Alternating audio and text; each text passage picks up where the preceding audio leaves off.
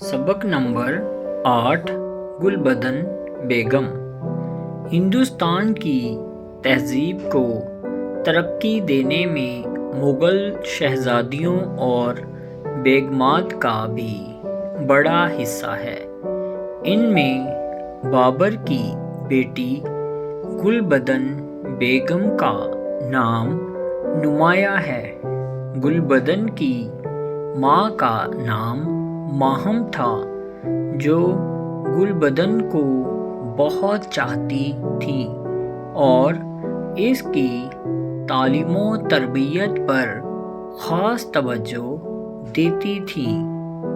گلبدن بیگم بہت خوبصورت، خوش مزاج، محبت کرنے والی، ذہین اور پڑھنے لکھنے کی شوقین تھیں۔ گلبدن بیگم اپنے سب بھائی بہنوں کی گرویدہ تھیں، مگر ہمایوں کو وہ خاص طور سے بہت چاہتی تھیں۔ جب وہ بڑی ہوئیں تو ان کی شادی مغل خاندان کے ایک شخص خواجہ خضر سے ہوئی۔ خواجہ خضر نے گلبدن کی بہت قدر کی اور گلبدن بیگم نے بھی اپنی شادی شدہ زندگی کی سب ذمہ داریوں کو بڑی خوبی سے نبھایا۔ گلبدن بیگم نے 3 مغل بادشاہوں یعنی بابر، ہمایوں اور اکبر کا زمانہ دیکھا۔ بابر اور ہمایوں تو گلبدن کو چاہتے ہی تھے۔ ان کے بعد اکبر نے بھی اپنی پھوپھی کا بہت خیال رکھا۔ جب اکبر اپنے بیٹے سلیم سے ناراض ہو جاتا تو گلبدن بیگم دربان میں جا کر اس کی سفارش کرتی۔ اکبر اسے فوراً مان لیتا اور سلیم کو معاف کر دیتا تھا۔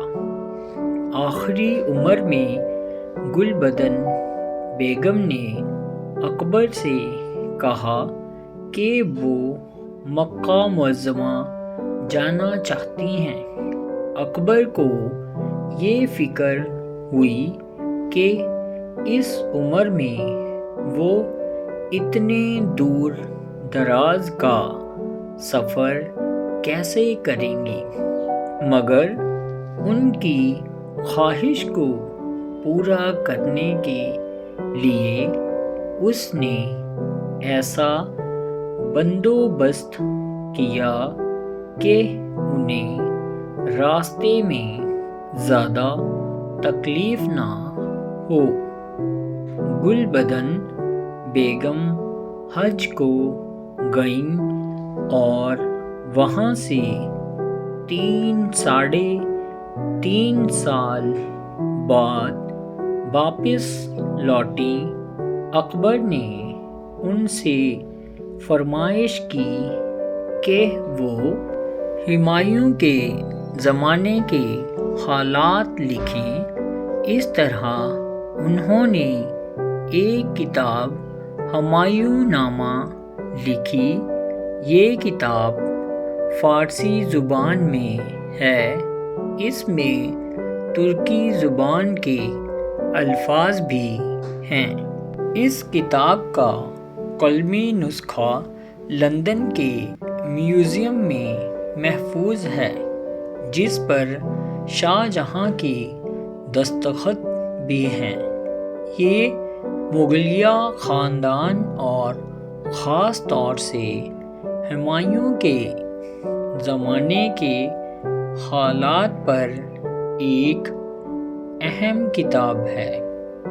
اس میں گلبدن بیگم نے بابر کی تذکرہ بابری سے بھی مدد لی ہے۔